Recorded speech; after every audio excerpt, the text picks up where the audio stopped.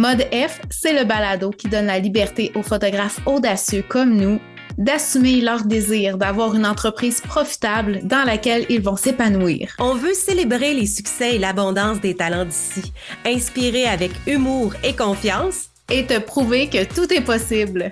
Allô, c'est Cathy Lessard et Annie Simard. Prépare-toi à popper le champagne.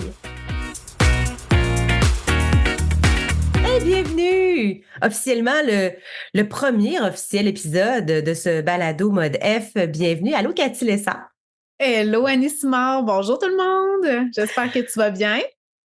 Oh, j'espère aussi. Encore une fois, tout dépendant du moment où vous écoutez ce balado, nous souhaitons qu'il fasse beau et que le printemps est à nos portes. Et que le soleil soit dans votre cœur. Oh oui, et que le champagne coule à flot. Ça, fait toujours partie. Surtout. Notre sujet de cette semaine, Cathy, est vraiment un sujet qui est un pivot important, je pense, et particulièrement en début de carrière. On en a parlé un peu dans le premier épisode, mais l'espèce de début là, qui nous amène à faire de la photo, c'est officiellement parce que on aime avoir une caméra dans les mains, puis on aime les résultats. Ça peut être parce que on aime que les gens se sentent bien, se sentent beaux devant devant leurs photos, qu'ils soient émus. On aime capturer l'instant présent. Il y a comme tout plein de variétés là, de raisons pour laquelle on a aimé en premier faire de la photographie. Mais la question qu'on se posait, c'est est-ce que tu es plus un artiste ou tu es plus le dirigeant d'une entreprise? Ou à quelque part entre les deux? Puis je pense que j'aurais envie de commencer cet épisode-ci, Cathy, en te posant la question, toi, comment tu te sens là aujourd'hui? Sens-tu comme un propriétaire d'entreprise, slash artiste ou beaucoup plus artiste? Comment tu le vois? C'est tellement une bonne question, puis c'est quelque chose auquel je t'invite à réfléchir en même temps qu'on parle, Annie et moi, mais je trouve ça important d'y aller avec moi, de la façon dont je me sens en ce moment dans mon entreprise. Je me sens vraiment comme une chef d'entreprise qui est une artiste. Parce que j'ai l'impression que environ 70 % de mon travail actuellement, c'est de gérer une entreprise.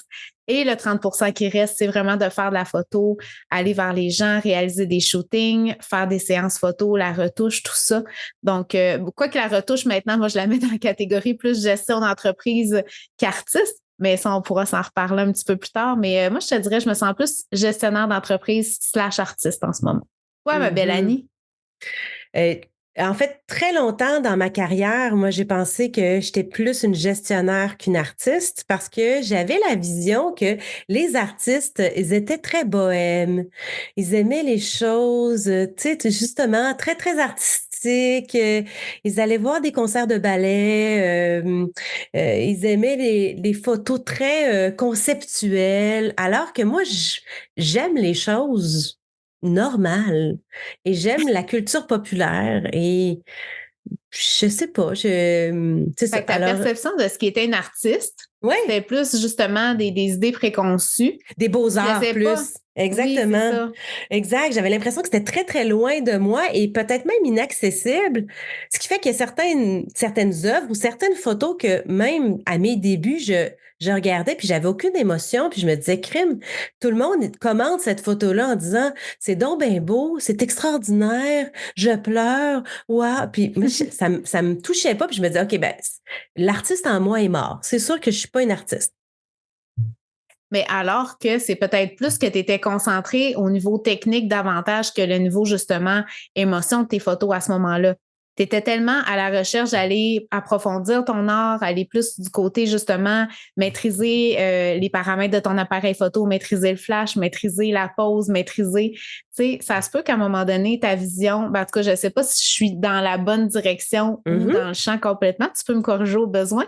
Mais j'ai l'impression que cet espace-là où est-ce qu'on se considère comme un artiste apparaît quand tu es dans la maîtrise de tout ce qui est plus technique pour te permettre justement d'exprimer. Puis là, tu comprends à quel point tu es une une artiste en arrière de ta photo. Ben, peut-être ou non, tu sais, parce que certaines photographies qui me viennent en tête, c'est pas nécessairement le côté technique, c'est plus la capture du moment ou d'un instant ou qui, pour moi, c'est plus difficile dans mon cerveau, très rationnel. Je suis peut-être moins, justement, je suis plus rationnelle dans ma technique puis la manière que j'approche une photo ou un moment. Mais j'ai appris avec le temps à me dire que une manière était pas nécessairement meilleure qu'une autre manière de voir l'art. Dans le fond, quand on visite des galeries d'art où on approche certains domaines de la créativité, ben, il y a la danse fusion moderne où tu fais what the fuck? Puis il y a les grands ballets canadiens où c'est plus structuré. Et entre les deux, il y a tout ça, tu sais, il y a tout ce qui se peut. Là. Et c'est possible d'aimer des genres, des sous-genres et d'être autant artiste dans le fond. Fait que, rapidement, on dirait que je me suis dit que ben, j'avais le droit de m'appeler artiste même si, dans la perception qu'on a, c'était peut-être moins flyé ou moins, Conceptuel. oui, exactement, dans la manière d'approcher la photographie. Fait que je pense que c'est ce qui est arrivé. Mais maintenant, aujourd'hui, je pense qu'il y a une bonne balance des 2. Puis je laisse la place à mon artiste intérieur. Puis c'est drôle parce que depuis quelque temps, ça fait pas longtemps, là, ça fait 12 ans que je suis photographe et je vais dire que ça fait peut-être 1 an que j'utilise dans mon vocabulaire régulièrement que je vais créer quelque chose ou que j'ai une vision. C'est quelque chose que j'utilisais pas vraiment avant, en tout cas pas tant que ça. Maintenant, je me laisse le droit d'avoir une vision puis de le dire à mes clients, tu sais, faites-moi confiance, je sais on s'en va où, j'ai quelque chose en tête. Puis en même temps, quand tu le sais, quand tu le sens, ben c'est super facile de convaincre les clients et les autres de te suivre dans ton aventure puis dans ce que tu as en tête parce qu'ils se disent, crème, c'est vrai, c'est elle l'artiste, donc les yeux fermés, on va faire ce qu'elle veut, tu sais, c'est parfait. C'est tellement intéressant. Puis je te dirais, j'ose ajouter à ça, dans le fond, qu'un artiste, à la base, c'est quelqu'un qui a un point de vue à exprimer. Donc, dès le moment où est-ce que tu prends ton appareil photo, tu fais un cadrage, tu décides de prendre une photo pour X, Y raison. Ça peut être parce que le moment est beau, le moment est émotionnel, le moment est touchant, parce que le cadrage est intéressant, parce qu'il y a une perspective que tu veux donner. Ben, je pense qu'à ce moment-là, tu peux déjà dire que tu es un artiste puis tu portes ton chapeau d'artiste. Quand on a l'appareil photo dans les mains, des fois, on peut, quand on vient qu'à maîtriser son art, justement, puis être dans nos pantoufles, on peut se poser la question de savoir, justement, je suis mort en dedans, tu sais, j'ai l'impression de refaire les mêmes choses, tout ça, mais non, ça t'a pris un temps pour développer ton expertise, ton œil, ça t'a pris un moment, justement, pour te permettre de dire, ben j'ai une vision, puis il y a une façon de faire que j'ai développé, un savoir-faire, pour lequel mes clients vont m'engager puis vont venir vers moi pour justement créer quelque chose pour eux dans ma perception, dans ma vision, dans ma façon de voir la vie, de voir les choses. Fait que je trouve ça tellement intéressant. Je pense la raison pour laquelle j'ai l'impression, moi, des fois, que je suis plus artiste, mettons, je suis moins artiste qu'entrepreneur, c'est l'espace que prend maintenant mon art dans ce que j'ai à faire au day-to-day, avec justement la charge. Parce que faire les photos puis les retoucher, puis c'est une chose, mais il y a tout le autour, la poutine, en tant qu'entrepreneur qui vient comme supporter cet art-là. C'est pour ça qu'on est en mesure d'en vivre, justement, parce qu'on a des revenus qui sont faits en fonction de les gens nous engagent ou pas selon notre vision, notre façon de voir les choses, puis de se permettre de réaliser des visions puis des concepts ou pas.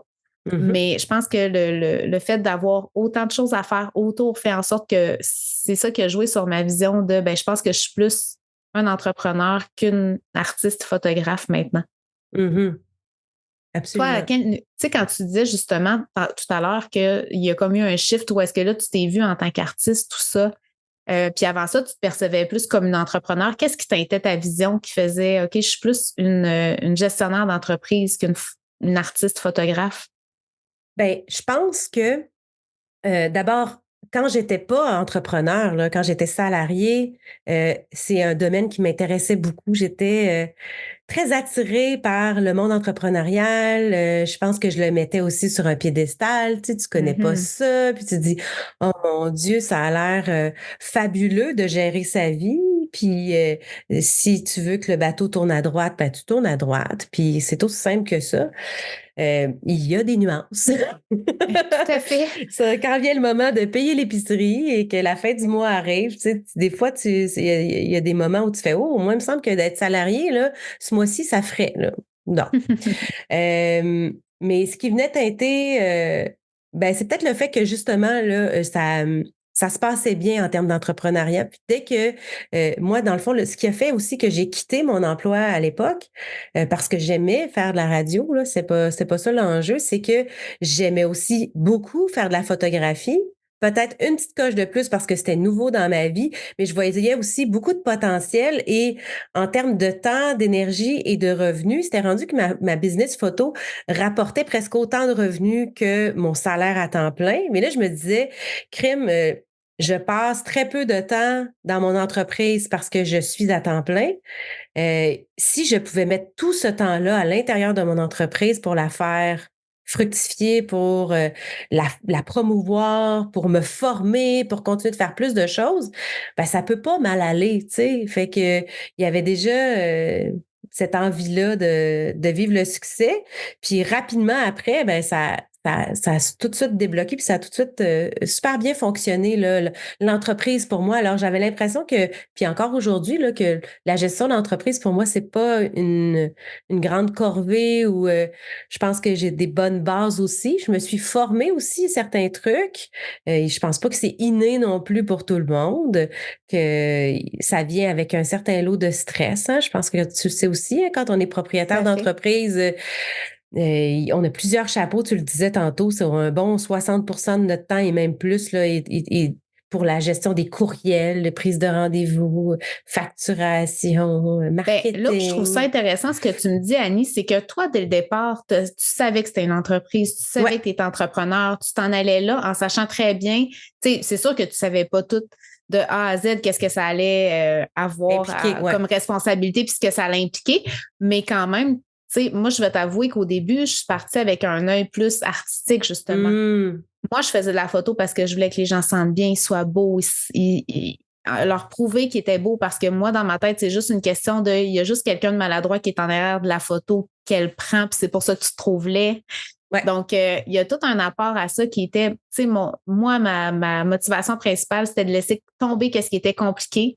C'est comme en éducation spécialisée, ben c'était la paperasse dans le CIUS, c'était les responsabilités administratives, c'était tout ça qui me pesait pour aller vers la liberté de création, de créer des moments avec les gens, de passer du bon temps à faire des photos, tout ça.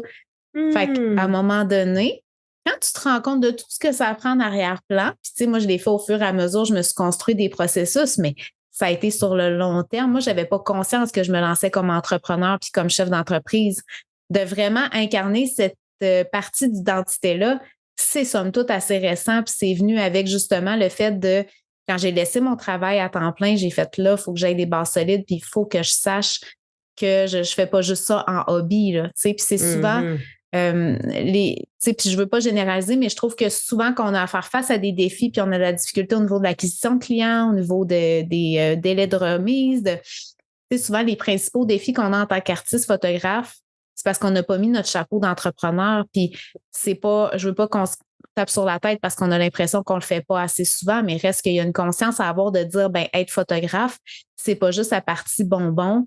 Ben, ça peut être une partie bonbon pour quelques personnes. Tu sais, moi, je te dirais que j'ai réussi à voir ce chapeau d'entrepreneur-là. Là, j'ai du plaisir à le faire maintenant.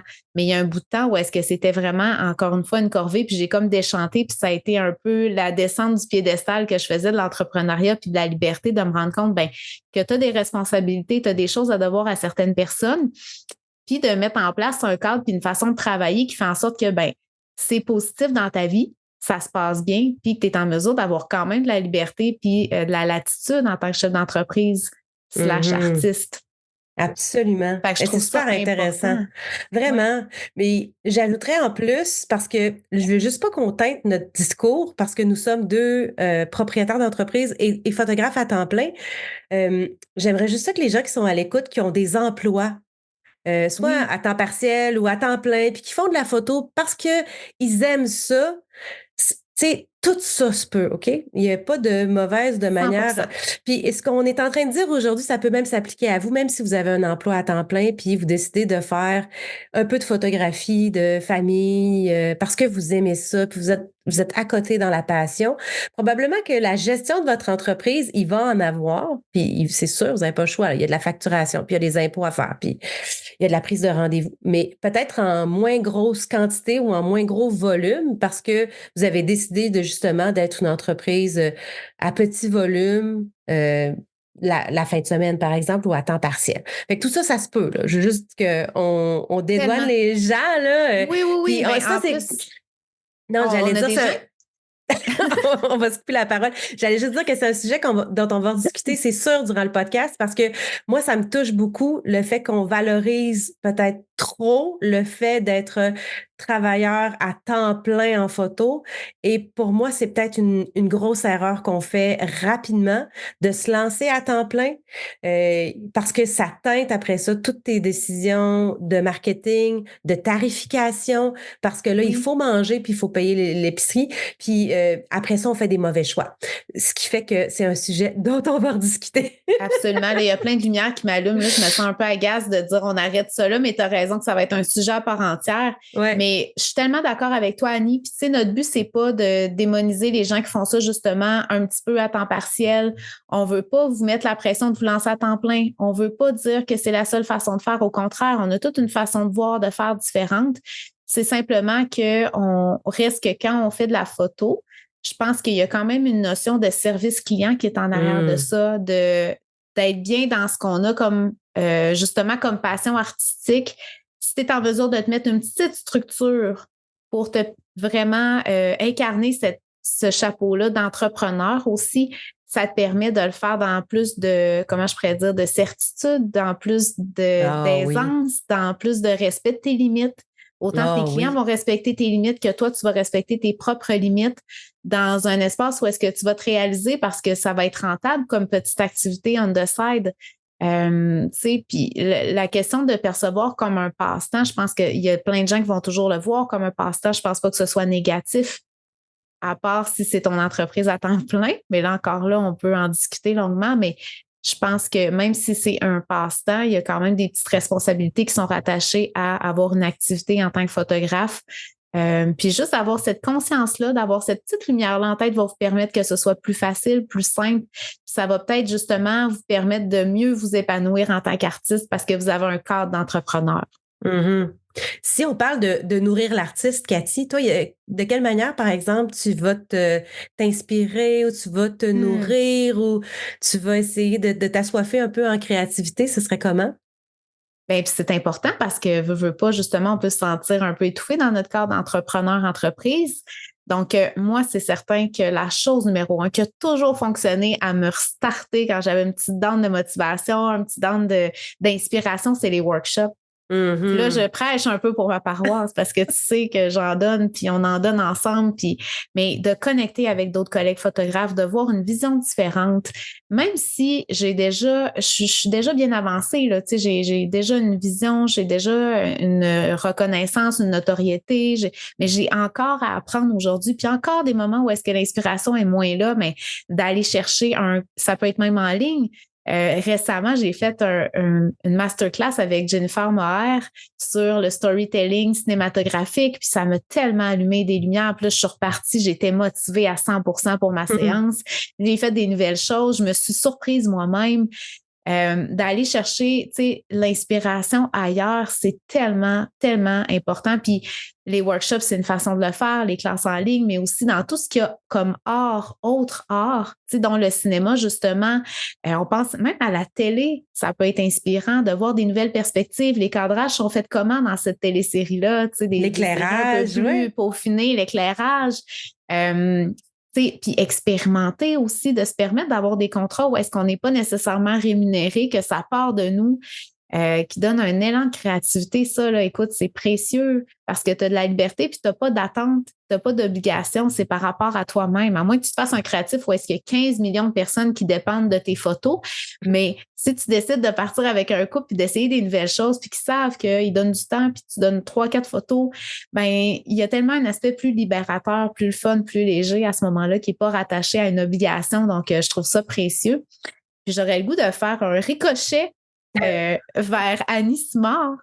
Toi, ma belle Annie, qu'est-ce qui fait en sorte que quand tu es un petit peu plus démotivée ou tu as besoin de te ressourcer, qu'est-ce que tu vas faire pour te permettre de relancer ton artiste? Ben là, c'est comme si on s'était parlé, mais on s'en est même pas parlé, c'est vrai, mais ça a toujours été la formation. La formation m'a toujours redonné une espèce d'élan, ne serait-ce que de sortir de notre aquarium pour aller regarder à l'extérieur. Puis des fois, c'est sur des choses complètement futile, tu sais, tu pourrais penser, mais tu fais, ah, c'est vrai, tu sais, cette personne-là fait ça. C'est donc ben niaiseux que j'avais jamais pensé à ça, tu sais. Sur plein de petits trucs, c'est sûr que nous, on fait beaucoup de photographies de mariage, donc c'est des journées, de grandes journées où il se passe plein de choses, où il y a de la possibilité d'injecter ici et là, tu sais, des trucs de créativité, mais non, la formation, là, puis je le mets autant du côté artistique, c'est sûr, que du côté gestion d'entreprise. J'ai suivi une formation dernièrement sur le SEO, ce qui fait que moi, ça me garde toujours un peu allumée sur ce qui se fait parce que Toc Toc qui est là, la nouveauté, ça arrive régulièrement et les nouvelles affaires arrivent, nous poussent à évoluer.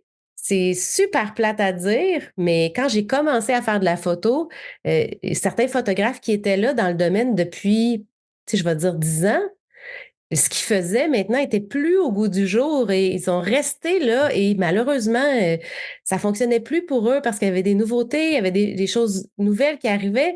Ce qui fait que maintenant, moi, j'ai ça en tête, là, je veux pas devenir cette photographe qui vieillit mal. Tu sais, là, j'ai mon style à moi, puis il y a une manière de voir les choses, mais j'essaie au travers d'injecter des trucs nouveaux, de me pousser, d'essayer des affaires. Bon, on peut pas, dans un mariage, tu le sais, Cathy, là, à chaque 5 secondes, essayer quelque chose de nouveau parce que on a une obligation de résultat. Puis Oui, ça se passe mais dans le moment présent, là, mais tu vois, j'échangeais avec une de nos amies, Alice Monnier, puis elle, la saison dernière, avec son assistante, elle se lançait un défi par mariage. ouais. Elle se disait, ben écoute, moi, j'ai le goût d'essayer, exemple, d'utiliser ce nouveau filtre-là que j'ai qui fait des étoiles quand il y a de la lumière.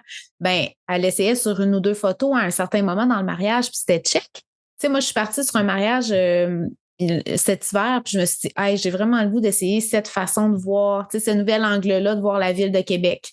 Parce qu'on est souvent dans les mêmes environnements, dans les mêmes lieux, tout ça. Fait que comment je pousse un petit peu la note à faire peut-être quelque chose que j'ai vu qu'un collègue m'a inspiré, mais à ma sauce.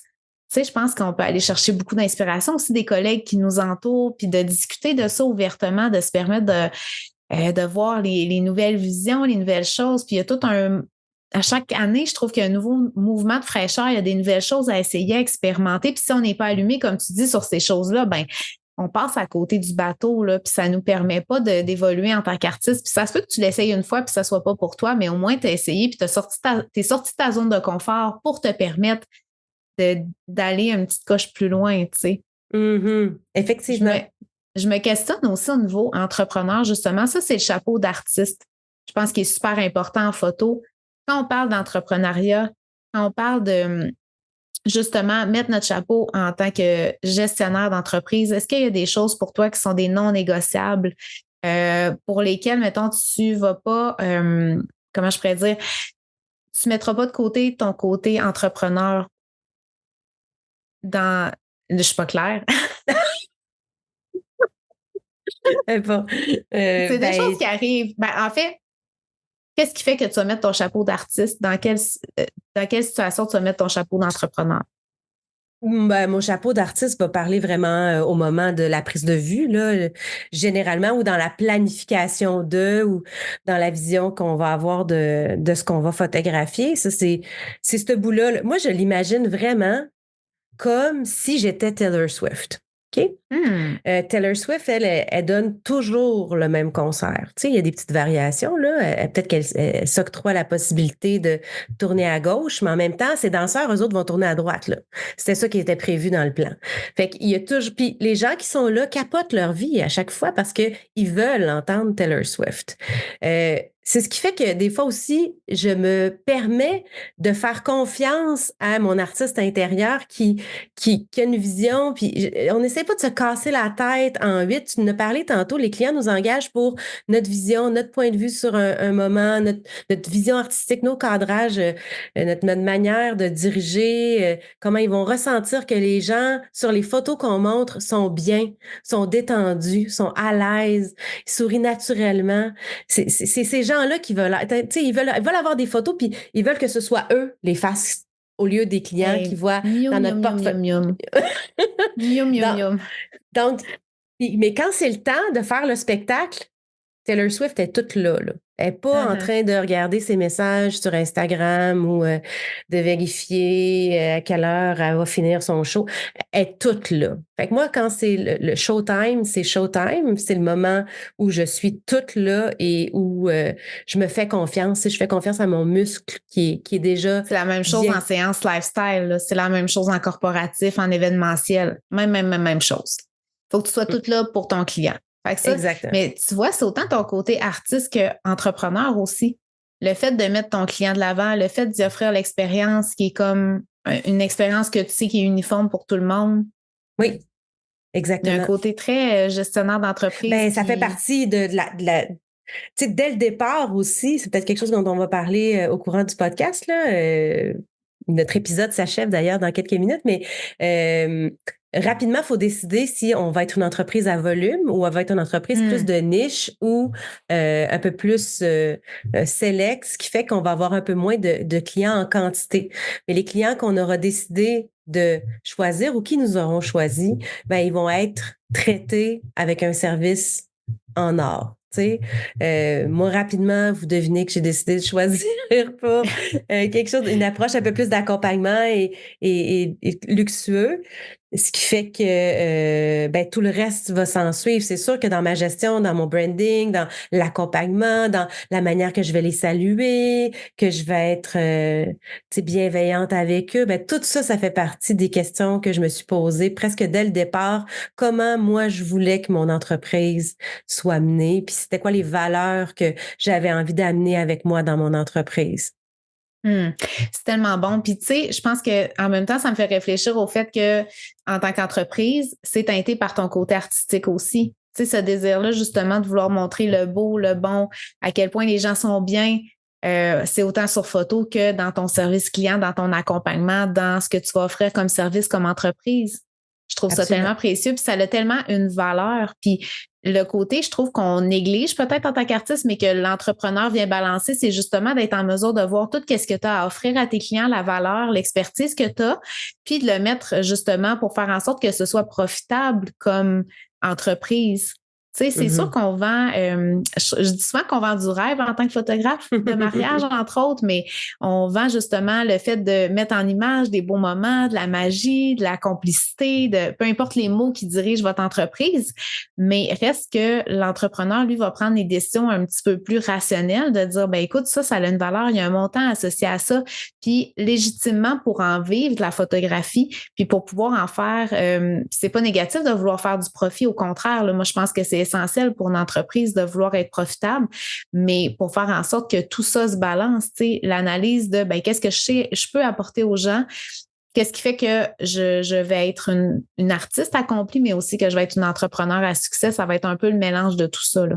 Absolument. Gardez en tête qu'il n'y a que quelques samedis dans un été. Si vous êtes un photographe de mariage, ben c'est sûr que on peut pas être plusieurs endroits à la fois, et c'est ce qui fait qu'un samedi, des fois, on doit charger un montant qui est plus élevé parce que ben, c'est le choix qu'on aura fait là, de travailler ce samedi-là avec ce couple-là qui nous aura choisi. Nous le souhaitons pour les bonnes raisons.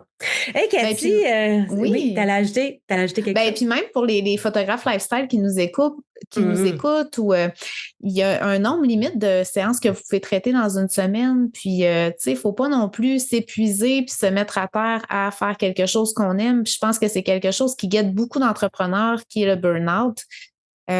Faut être prudent. Tu sais, on sous-estime la charge mentale que ça procure d'avoir à gérer des séances, gérer des clients, faire de la gestion de fichiers.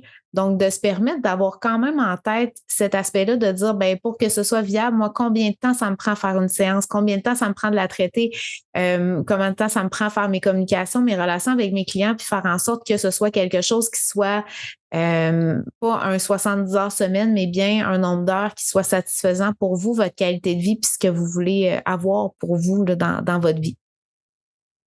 Tout plein de belles questions auxquelles on vous laissera répondre, peut-être commenter sur les réseaux sociaux. N'hésitez pas à nous écrire si vous avez une opinion, si ce qu'on a dit fait du sens ou peut-être que ça a résonné, puis ça va vous donner une idée de travailler sur un volet ou l'autre ou à quelque part entre les deux de votre côté artiste ou votre propriétaire d'entreprise, CEO de votre entreprise. Ça serait cool. Ne pas confondre avec SEO.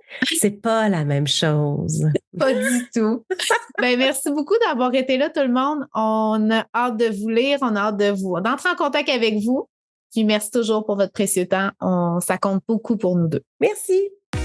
Merci d'avoir été avec nous pour Modef, le podcast pour les photographes qui célèbrent leur succès. On a hâte d'échanger avec toi. Retrouve-nous et abonne-toi sur ta plateforme de podcast préférée pour ne pas manquer le prochain épisode. On t'invite aussi à nous suivre sur Instagram à Modef Podcast. Cheers!